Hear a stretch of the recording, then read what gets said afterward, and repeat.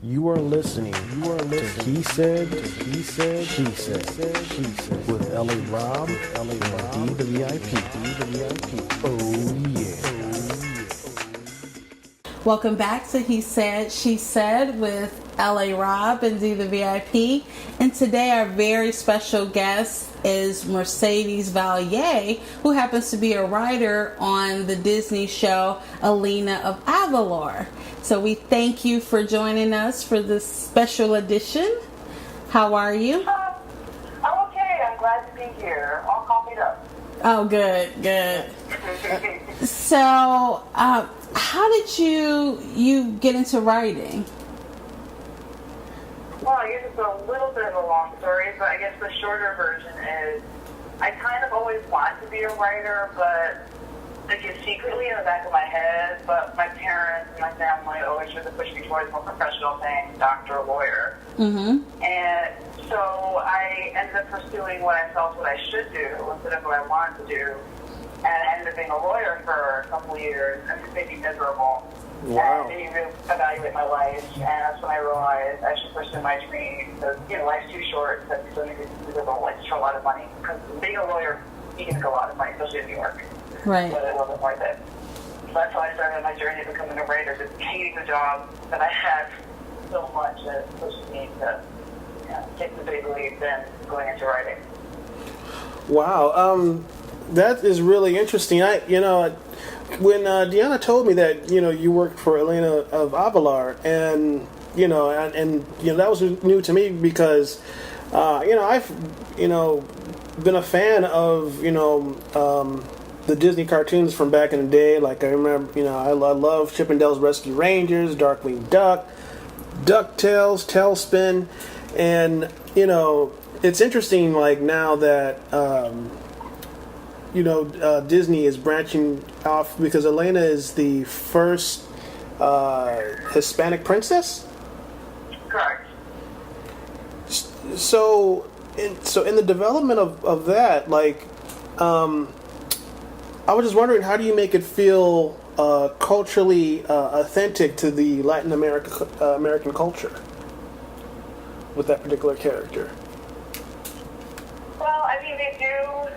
I wasn't around for the initial development. Mm-hmm. I actually interviewed around that time, but I didn't get put on the show until months later.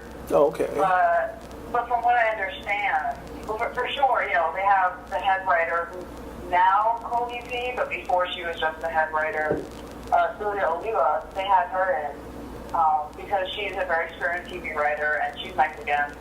And she brought her knowledge and also her wish, her kind of dream that when she was little, she wished she had a show with Elena on. So she had her knowledge. And then also the show hired culture consultants, who could look at stuff they were, trying to pitch and develop and give perspective, like historically what it means, and this is relevant to this culture, not that culture. Mm-hmm. So they were there to help shape things, and then they brought me on because I'm also part Latina later on. So I wasn't there in the initial stages, but I just would bring stuff from my family's culture and knowledge later on to the show. And they consistently have had Latino staff writers since then. So I think that helps make it more authentic. And definitely a lot of research, a lot of Googling.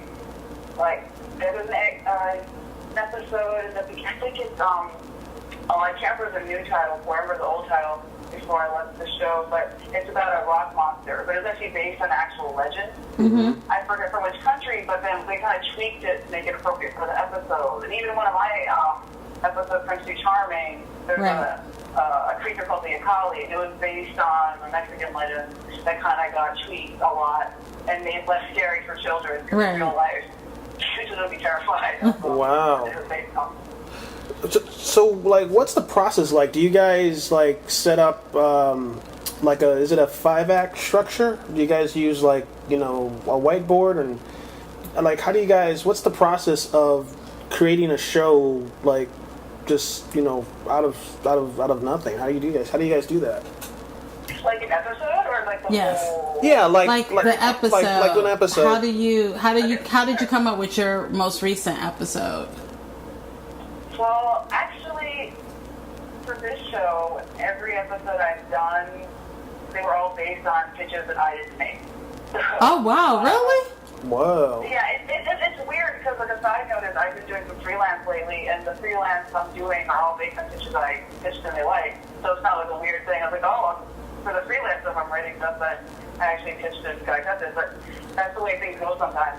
But for our show, it was more 3-act structure because everything's like a mini movie. Mm-hmm. That's the thought, at least. Mm-hmm. And so Disney's a little bit different than some other networks with the way they space things out. So the first stage is a springboard stage, and that's when you have your little, you're not going to be your idea. It's kind of like the beginning, middle, end, very like a big performer that, and you pitch it to the network, and because you get a lot of network notes in preschool animation. Mm-hmm. So you pitch the springboard to the network, hopefully they'll like it, they may tweak it, they may just reject it, and then once you get a certain idea approved, you give it to the writer, and they develop it into a premise, which is the next stage, which is kind of like a beat sheet on steroids.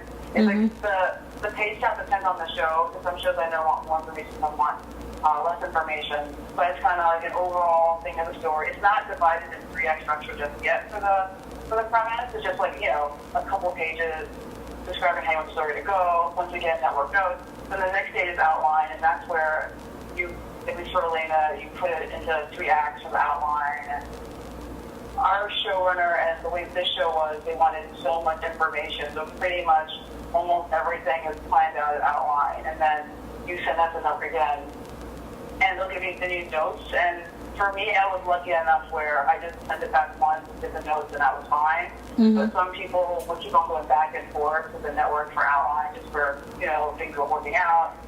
So that could take a few drafts some time. And the next stage will be script. And in the script, you don't put the act breaks in. There's air, you're following your outline, but you don't put them in the actual script because Disney Junior's next commercial break. Oh. So, yeah, but the thing is just to help guide you story structure-wise. Okay. Well, I'm sorry, real quick. One question that was been dying to ask you, because I know Elena has a lot of songs. They have, so they have a lot of songs, and I'm just wondering, do you write the songs as well? And how does that work? I mean, you have to it seems like a musical where I guess the song needs to fit into the story. Like, how does that work? Yeah, we all got a chance to write our songs. We could either try it, or we can just say, I suck, you just write it all. Look at the showrunner, he is really good at writing songs, because he also did Sofia the first, and he experienced it. I think he might have been a theater kid, I'm not sure, but I know he definitely loves musicals and loves music.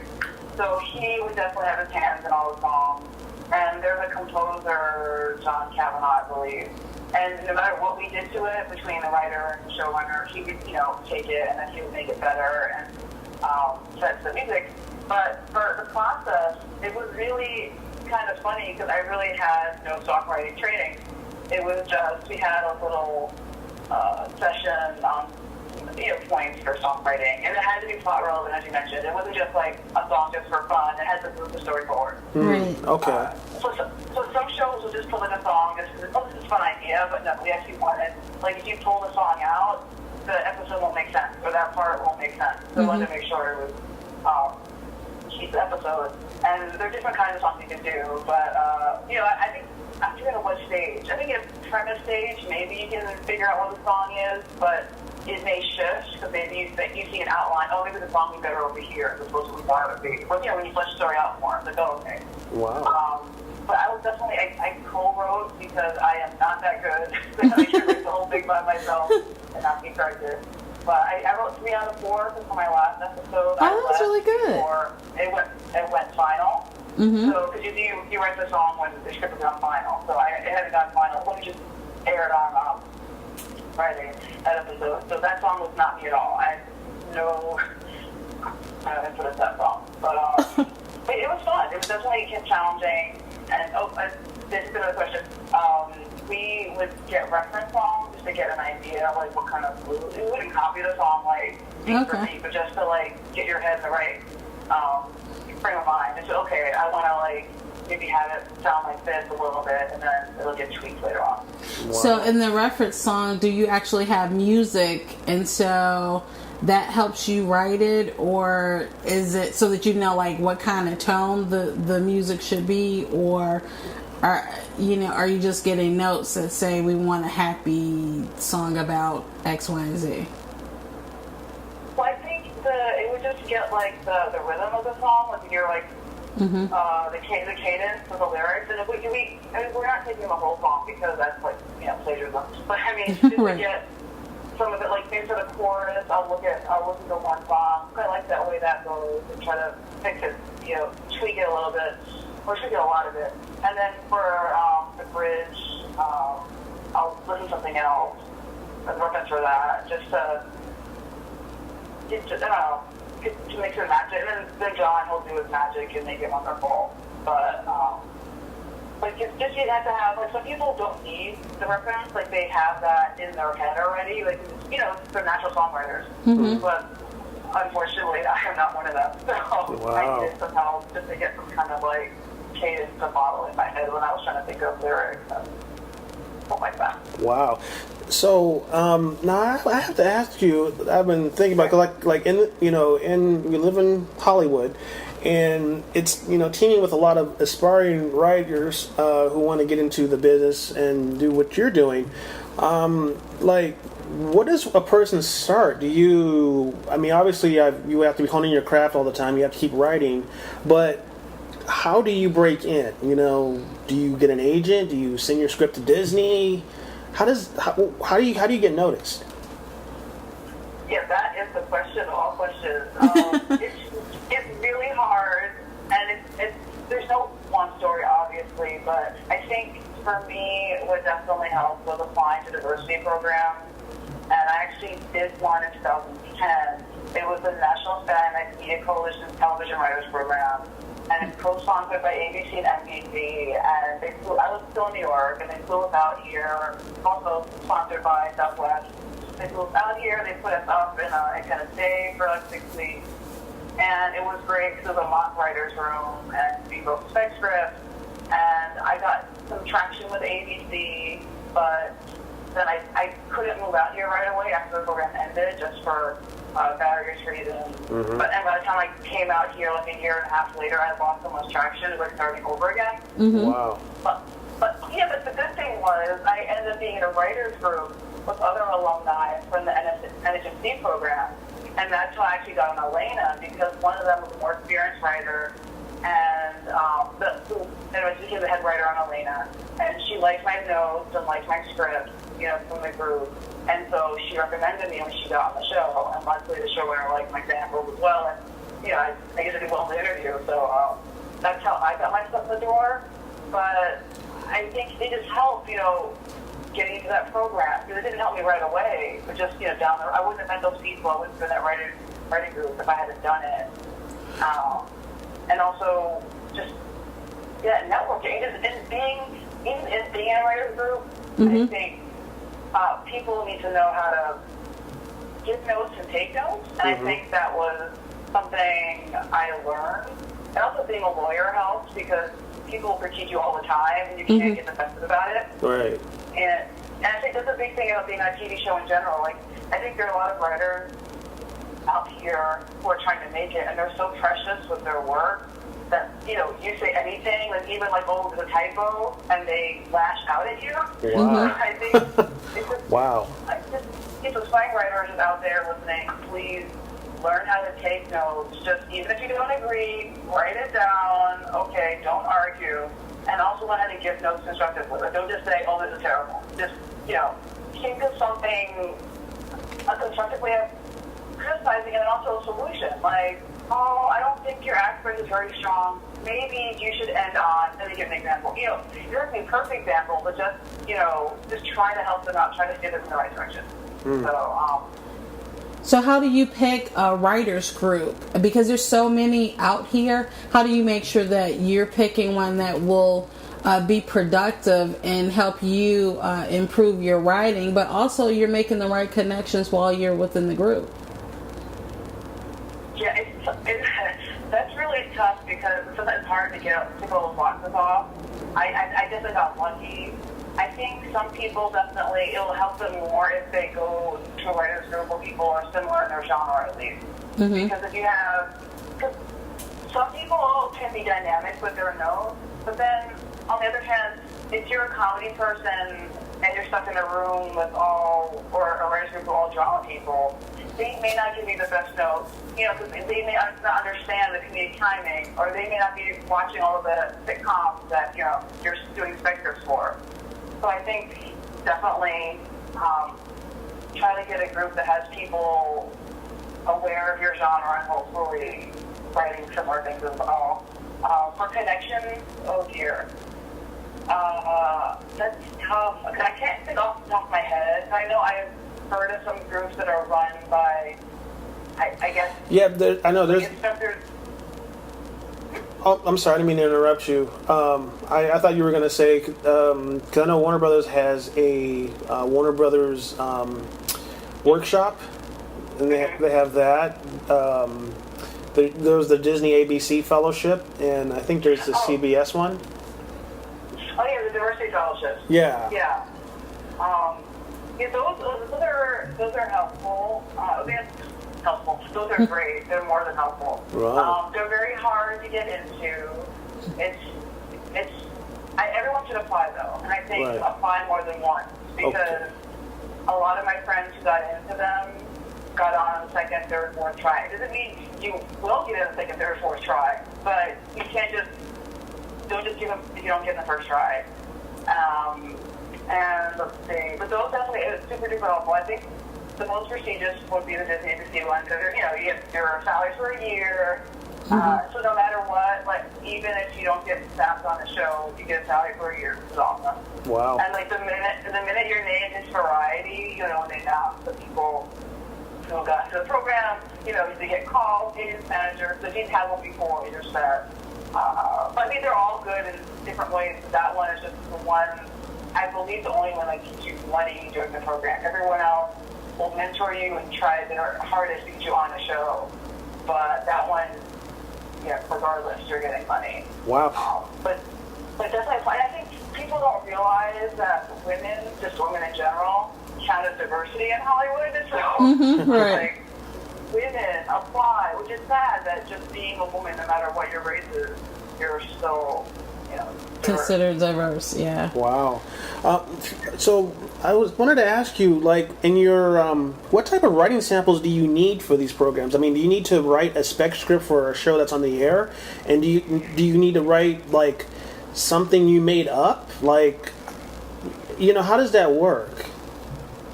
Yeah, I think for all of them you need spec scripts. There's a Fox program, which I'm really not sure about, and the Fox program, I believe you still need to be recommended to get into that one. That one's a little trickier. Oh, and okay. you have to have you establish connection before you get to apply to that one. But for the rest of them, you need spec scripts, and the WB program has a list on their site that people generally look at to see, because they only accept certain scripts.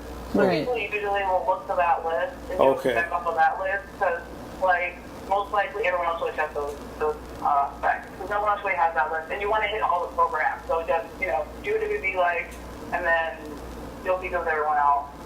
Except Disney, I think, no longer accepts animation scripts. I don't know if they changed that, but I know they did for a while. They stopped taking animation specs. But yeah, they expect of a current show, and usually they tell you a show that's recognized, hopefully, either critically acclaimed or is on the rating. And let me see, what else? You're writing. You want to do the best version of that show that you can do. Okay. But you don't have to keep it within the voice of the show. Like if it's a homicide police show, whatever. Don't have them off, trying to stop a bank robbery and then looking for the kidnapping. Like if it's a show that's a homicide detective, how would there be a murder? Right. Yeah, and I had a friend or an acquaintance want to, switch up the kind of show it was in the spec. I'm like, no, you can't do that. This isn't the show you're writing for. If you want to stop that thing, find another show. It's about that. Right. They can't, suddenly start chasing vampires if it's not a supernatural show, Right. Yes. Yes. So yeah, definitely, people need to be careful of that. And it's just, I guess my advice for people doing specs is, if you can get your hands on a spec, or an actual script, you can go online. If you're in LA, the Writers Guild Foundation Library has a lot of specs, or a lot of specs. Oh wow! So you can can you take them home? No, you can't. Oh, okay. Which is to be busy nice, but they would never get returned probably. Which is why they. Oh, okay. But they have some in hardbound copies, and they have a lot of iPads where you can just look at the script. Okay. And that's helpful. I remember for the Orange is the New Black, I wanted to spec that years ago, and I think the only script I saw online was the pilot. And things had changed so much, like names of places and people, so I knew things had changed in other episodes. So I went to the library one afternoon, and I just, sat there, and you can take notes, you can bring your computer and stuff, and your camera phone. I mean, I didn't say that, but for me, I just looked through the scripts and wrote down formatting things, just so. Because for me, I like being my format being as close to the original show as possible. Sometimes it's hard to do just because, Disney shows. If you ever want to spec a Disney show, right? It's almost impossible. I don't know. I haven't seen any of their scripts online. So, because they're really good about pulling their IP off the internet. So, good luck with that. But for that, so just study the show. If you really want to spec a show that you can't find a script for, no matter what you do, just study the show, count how many scenes, so there's a commercial break, so count it for a commercial break, and, do they usually, let's say there's a home, they get home, they go at work, they go to the club or whatever, just, it happens every episode, try to keep in mind, okay, are we at the home for 2 beats an episode, or 3 beats, or, be a student of the show, and then hopefully they'll translate, and most likely it will, to your script. Wow. So now I also wanted to ask you, because you work on a show, so that must mean you work for Disney. Do you guys work out of the main Disney lot, or do you guys work off lot? Well, television animation is all over the place. Feature animation is on a lot. I don't think I'm not sure if all of it is, to be honest, but I know it's definitely, there's ends on a lot. TV, we're in Hookah Lake, we're in Burbank, we're in Glendale, we're all over the place. Oh, so the actual animation, does that happen at the Disney lot, or does that happen overseas, or how does that, when you guys finalize a script, do you guys work with the director, or is that a whole separate thing? Do you guys see the storyboards and all that, or that's a whole other? Well, for the most part, storyboard artists will be in the same place the writers are, and so we do storyboards and the animatics. But then after that, I believe most of the production facilities or the animation studios are abroad for various reasons. Some in Europe, some in Canada, some in Asia. So that's what actually is animated, and it can make it sometimes. From what I understand from a bunch of people, it can be a hassle to the time difference. So you can stay late or come in early just to talk to people. And also the language barrier can sometimes be a problem in production, but yeah, I don't know. I have to research. I'm not sure if any show actually does production in the States or does animation in the States. With a couple of your scripts, you had your lovely niece, like a character was based off of her, and your brother. So did you actually have to give the animators a picture of them, and they drew from that picture, or how did that work? Because the characters kind of definitely favor them. Oh yeah, we have a character designer who is awesome. I love her. We actually have one still. She's really cool. But yeah, first I had to get signed off by the head writer of the showrunner. It wasn't just me just giving random pictures. Right. I think some people might do, but for me, I wanted to make sure, it was legitimate. So they said it was okay, and I just, gave her some cute pictures of my niece, especially. I think I might have only given her one of my brother. But for my niece, she had multiple pictures. And then actually, she pulled a picture. I don't know why.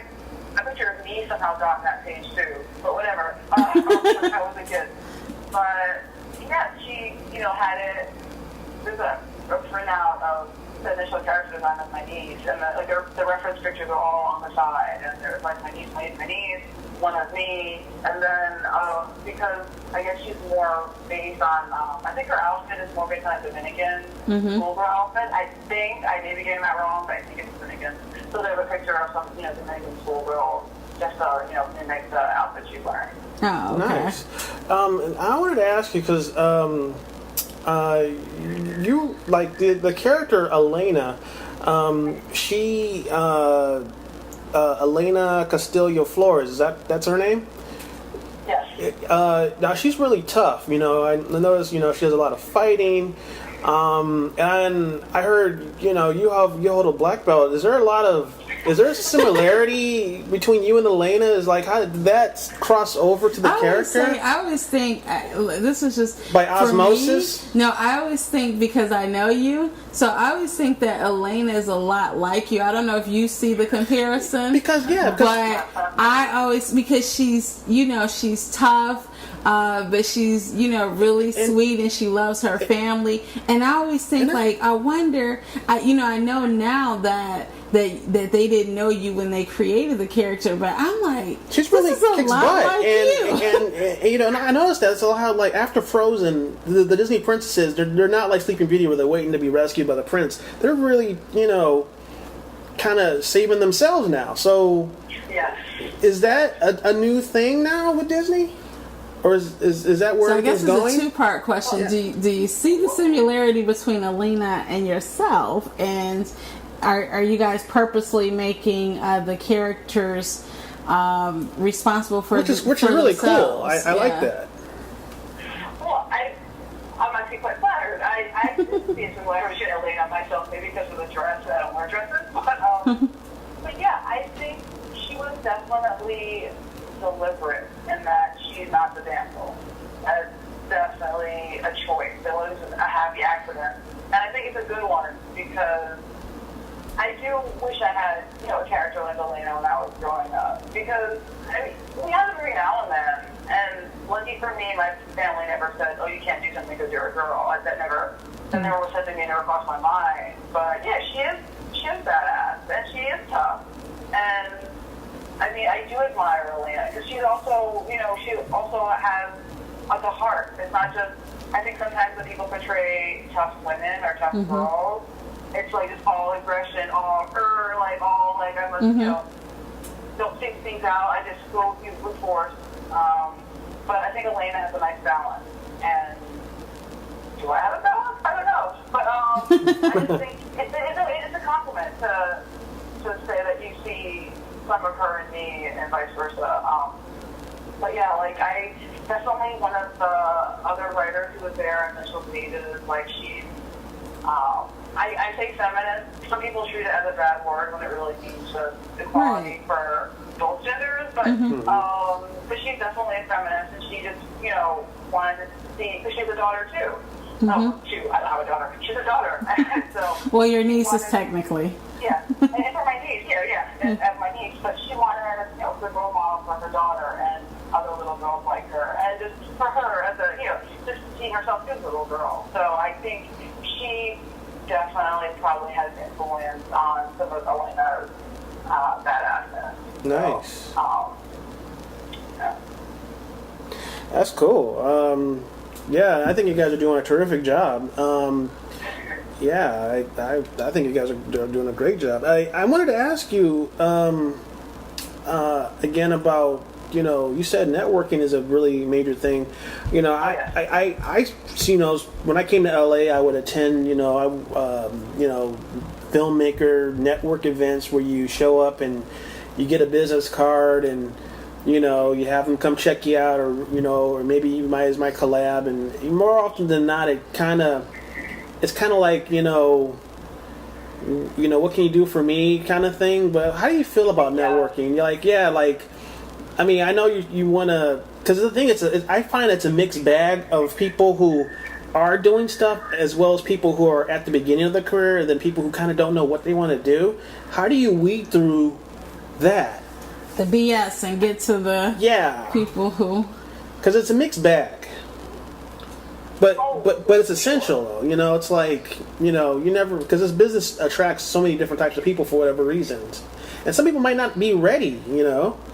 And, you know, how do you get ready, you know? So I guess that's a multi-question, but Dad, what are your thoughts on networking?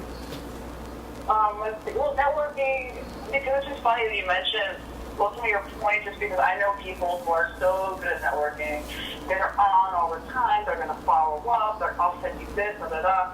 But then when someone actually says, oh, do you have a sample? They don't have anything. So it's just like, they're really good at playing the game, but they don't have anything to back it up. Mm-hmm. So I think for sure, and actually when I first came out here, I was networking at one event, and someone, oh, do you have any samples? Oh, yeah, I have 3. And they were shocked.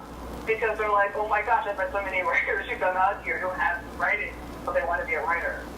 So I think networking is great, but I think you also have to, it's not that you do have to also work on your writing on the side. Like, don't just spend all your energy networking hoping, well, if I make that guy my best friend and get me on the show. Maybe he will, but he will probably have to give some kind of script to somebody, you know, at the show. My friend's literate, so definitely try to balance your time between networking and writing your own stuff. And if you can't get into a writing group, well, you know, sometimes you meet people like through classes you take, and maybe, oh, this classmate of mine was really cool with their notes. You keep in touch with them, email them your script, and what have you. And I think for me, recently, I have gotten some freelance stuff through networking. Mm-hmm. And it actually started from more real connections. Like, for one, definitely was with a friend who I didn't have any intention of using her to get forward in my career. It was just, we met at an industry friends party, we connected, we were both geeky, we were talking about shows we liked, and anime and stuff. Right. And then when her show was looking for a writer, she thought of me. So it was just, you know, it was kind of networking, but it was just more making a friend in the industry, but just because we had a shared interest. And then when she knew I was looking for work, and so she recommended me, and I have a freelance for that show, which is great. And the other one was based on just being friendly to people. I talked to a showrunner, and I happened to know the person who was running one of her old shows and one of her staff writers, and I met those 2 other people just, you know, networking events, became friendly, you know. And then just having those people like me as a person helped me get an episode for that show too. Mm-hmm. So it's just be genuine. Like, I think people can sense it if you're definitely I think that's just out there like, how are you gonna help me? Okay, all right. So feel that, and unless you're like, I don't know, some like, well, you probably wouldn't help anyway. But unless you're like Spielberg's, like, you know, kid, you know, like interview someone really, like, some kind of big Hollywood connection for them to just, no matter what, okay, sure, I'll give this kid a chance, you know, she's obviously just using me for, you know, like, connection. So you just try to be genuine, don't always, you know, if you are trying to play the long game, just, you know, casually, you know, just, how are you doing email? Not always, like, what's going on, like, oh, there's a new show, get me on that show. It's like, oh, how's it going? Or congratulate them, oh, I heard you did this, you know, you won this award, or you, I don't know, had really good ratings last night, or actually in common with them, like, try to talk about that. Just establish, like, a real relationship, so they're helping a friend, and not just helping, oh, this kid I met is, you know, never given internet talking to me. But now, just one more thing, on my end, I'm seeing it more, because now that I have, like, more credits, I'm seeing the people, like, now I know what it feels like, too, to have people who obviously are just like, I want to have coffee, I want you to help me out. I'm like, whoa, I just met you. Look at something. Let me make sure you're not crazy before. Right, exactly. Right. Put my name out there. That's my reputation. If I'm like, oh, John Smith is the best in the world, and then, like, he's, like, the worst in the room because he's rude and yelling at people, that makes me look bad. Exactly. But the other part of this is, and what I will say is, we worked together here when you moved back here. We kind of moved here at the same time, but you would always be writing, and that's what people don't understand. Like at lunch, you wouldn't play around. You were writing. Like breaks, you were writing. You had your I'm not gonna say the name. Okay, your iPad hook up, and that was like your best buddy. You would be every chance you got. Every time I would look in, you would be writing, and we would talk like when you were on your way to the restroom or on your way back to your desk. But you took every moment to write. So how much do you actually write? And I also wanted to ask, like you're practicing your writing. Now, are you working on outlines? Are you working on premises? Are you working on character? Or are you working on dialogue? Like what? Like how do you approach the writing? Do you go by structure first, or do you just freestyle? What's your process like? Ooh. Okay. Well, let's see. If I'm doing a spec, which I actually did one this year, and it was a long time. I hadn't done one in years. But for that one, it's the whole studying the show, and I couldn't once again. It was an animation script, and I couldn't get script, so I had to just research and I had watched the show enough where I kind of knew the characters were. So I had to write. For some shows, I'll be super anal, like write stuff down, like so and so this kind of personality, blah blah blah. These are their catchphrases. I did a little bit of the catchphrases thing, but I pretty much knew the show, so that was a little bit easier. And I just went to like, what kind of fun stories could I do for that one? But for my own work, oh dear, like if it's an original pilot, which I'm actually working on right now, I'm a sci-fi fantasy person, so unfortunately a lot of my ideas are in that genre, which involves a lot of world building. So before I can actually write pages, I have to decide, is this, the world we're in right now, is it slightly different? How different? I think most of my stuff is, present time, so it's not like I don't do period stuff at least right now. So that is a little bit easier. But then who are the characters? What do they like? How do they interact? And so I do a lot of world building, which takes forever. Because I really do, I think about sometimes even the series finale. Does this show have 5 seasons or this and that? I think that. So that's the kind of writer I am when it comes to world building. So I do think about a lot of stuff. But when I get down to actually writing script pages, I need an outline. If I don't have an outline, it's going to be 100 pages when it should only be 60. I need more structure, and I want to, because things will change when I go from outline to script. But I just need to have a really good sense of where I think I want to go. Otherwise, I'm going to do 10 different versions of this scene when I'm typing it out. Right. Maybe I'll have 2 with an outline, but it's better than having 10. Right. So how much do you write per day? I can't really say because it varies so greatly. And sometimes it's just brainstorming. If I'm not access to my computer, if I'm out, sometimes I'll use voice memo on my phone to just get ideas out. Because sometimes you think I'll remember it later, you don't remember it later. Or you forget big parts of it. Yeah, so if I can run away or just hide in the corner so no one hears me, I'll just pop into my phone and just, say what I'm thinking for a script. But yeah, and sometimes I'll be stuck and I'm just, I won't get as much written. But I may have a breakthrough though. Just trying to figure out all these different why is this working? I'm thinking, and doing all this stuff. And then I may just get less than a page down of written content, but I'm okay, now I know where I'm going, so tomorrow after I get to sleep. Oh, wow. I can, revisit this and get going. Do you prefer to write in a notebook or on a laptop? I think technology has ruined me. I used to writing things down more. Me too. But now I have no laptop. But it helps, actually right now I'm working on an outline, and it helps to actually at some point print it out and then make notes with pencil. Just because it's a combination. It's not I'm not completely digital right now. I just sometimes do need really just especially for editing and stuff, initial edits. I like having a printout. It's easily look at the grand scheme of things, just slash, add things in there.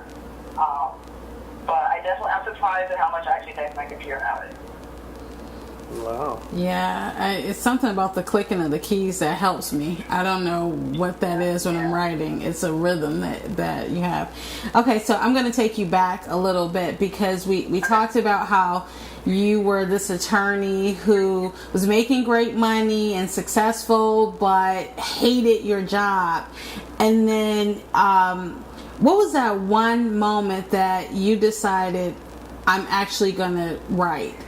And how did you find the program that you eventually got into, to train yourself to write? Because writing as a lawyer is totally different than writing scripts. Yeah, and also, how did you deal with, like, maybe people who saw you as a lawyer, then, thought that maybe, shifting careers might not be good for you? Like, how did you deal with, negative... The haters. Haters. Okay, let's see. The first thing... Okay, so the moment I knew I wanted to leave the law, actually, it's very clear in my mind. It was one moment, for real. I was walking home at 4:30 in the morning from work, which was very late, and I was miserable because it was 4:30 in the morning. Right. And I just asked myself, what makes me happy? And writing just came to mind, automatically.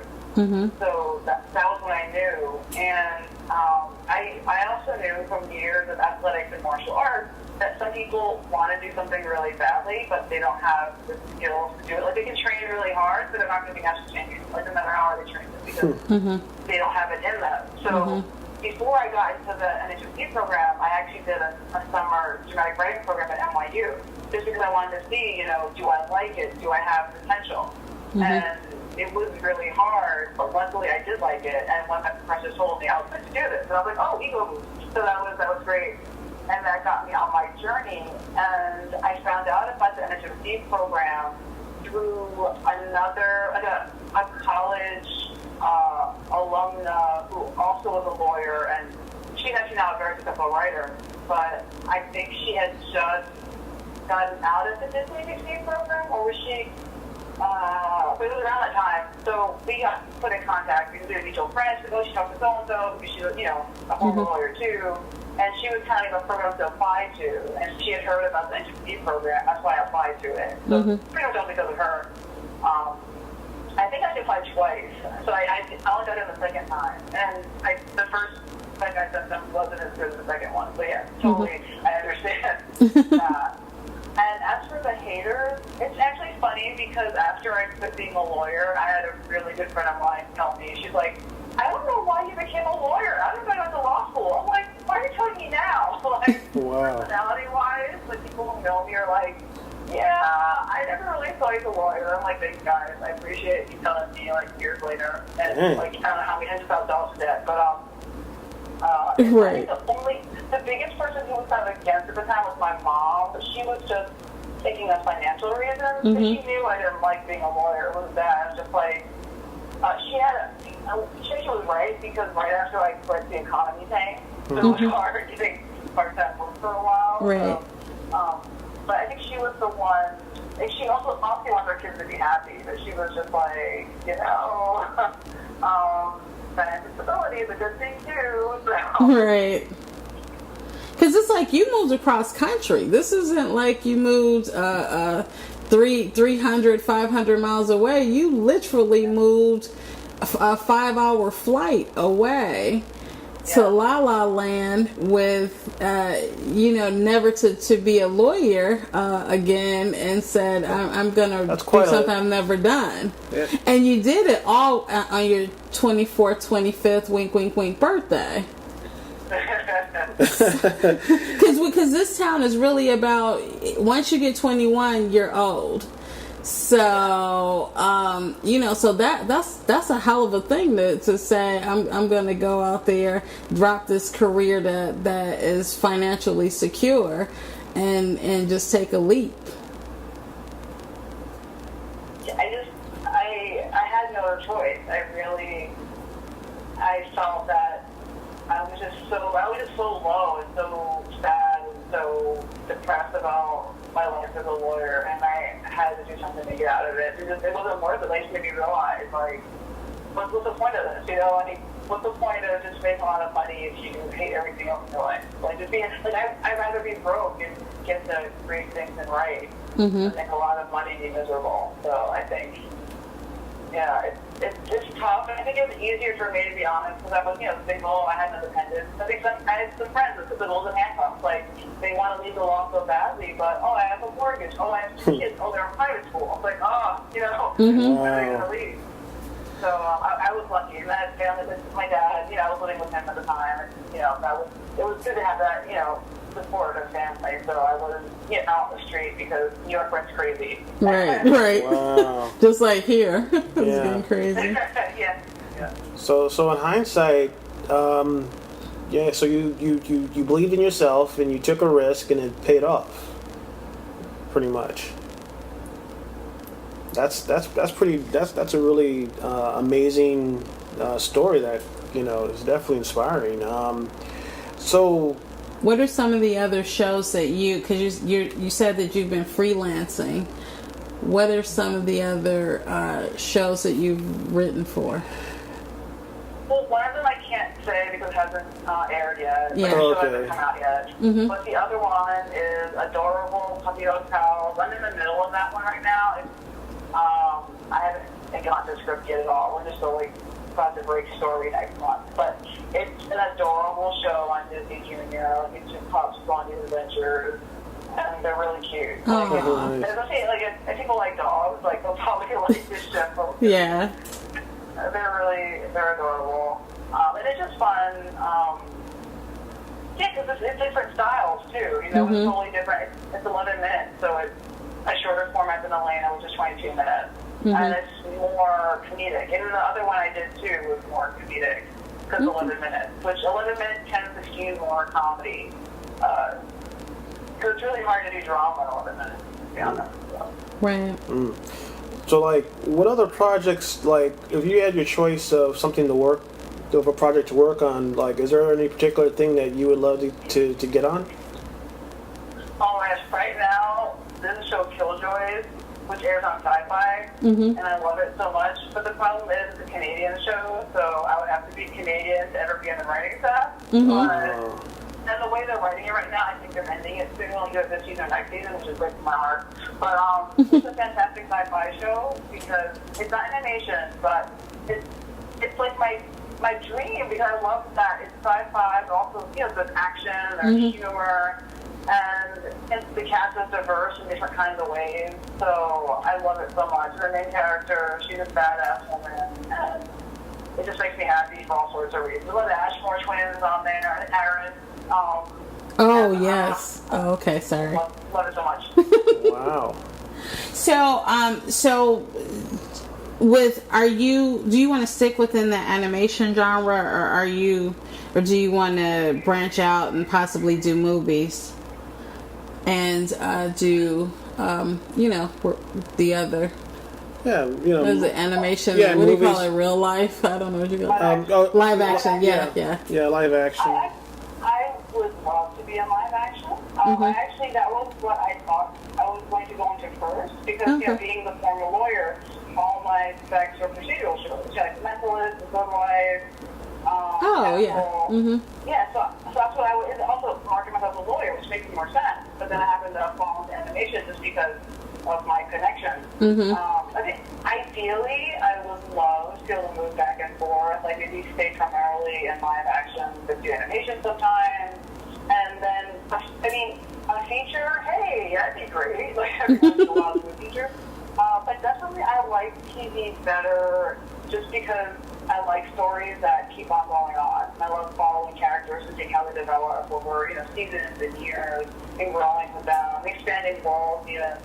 So definitely TV. I would not be opposed to writing in comics. But my dream actually is to have the trifecta, TV, movie, and comics, but mostly live in TV.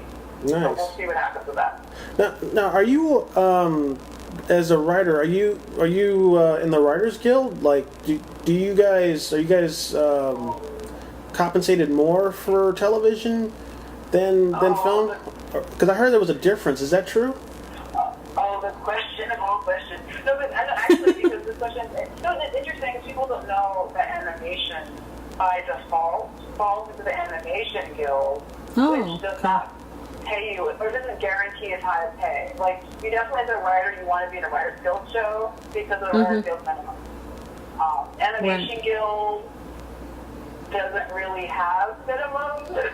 I mean, it's really? The biggest thing is we don't get residuals, or we don't get money. Because for Writers Guild, you get, your below producer level. You'll get your weekly salary, and then you'll get residuals from your episode, and then you'll get additional money for an episode produced. Then, it varies depending on whether you wrote it by yourself, it was co-written, or if you, let's say like telesay by, which means like you wrote it off of someone else's outline, you got a story by credit, that means you wrote the outline, different kind of money.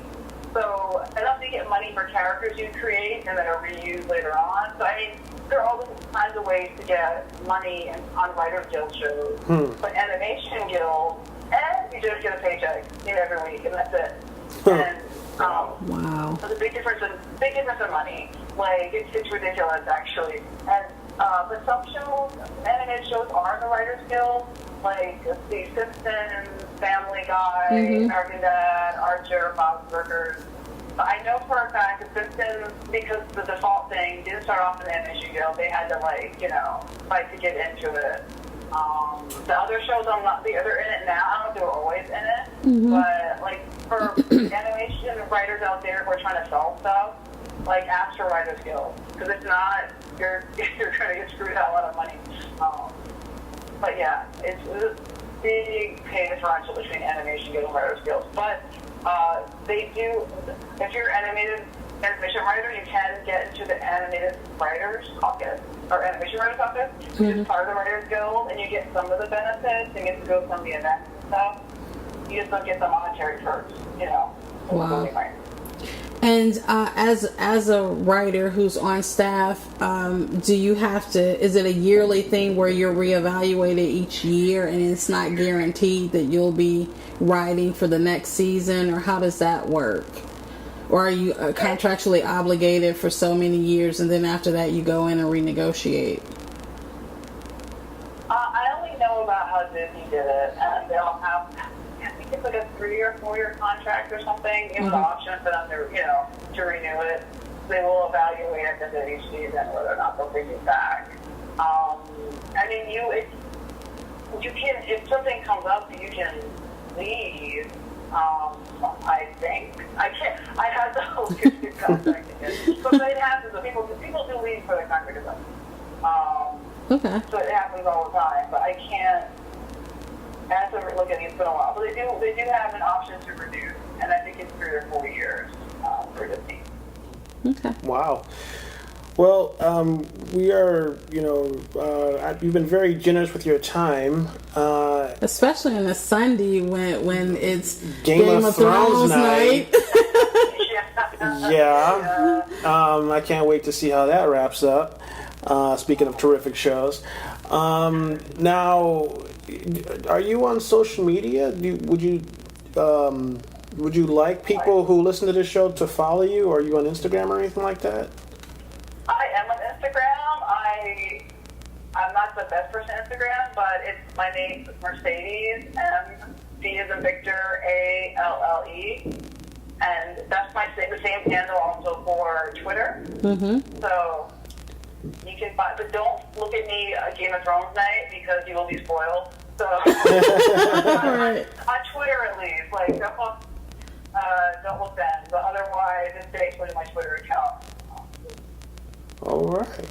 All right. Well, thank you, Mercedes, for taking time. It was great speaking with you, and good luck in your career. It's been very informative. Thank you for your time. Nice meeting you via a phone call, rather, but it was very, very cool. Oh, no. Thank you for having me. I'm glad I got to get in my soapbox for a little bit. Thank you. You're welcome. So look, to follow us, you can go to iTunes, tune in. You can like us on Facebook at He Said, She Said, LA Rob, and Be the VIP.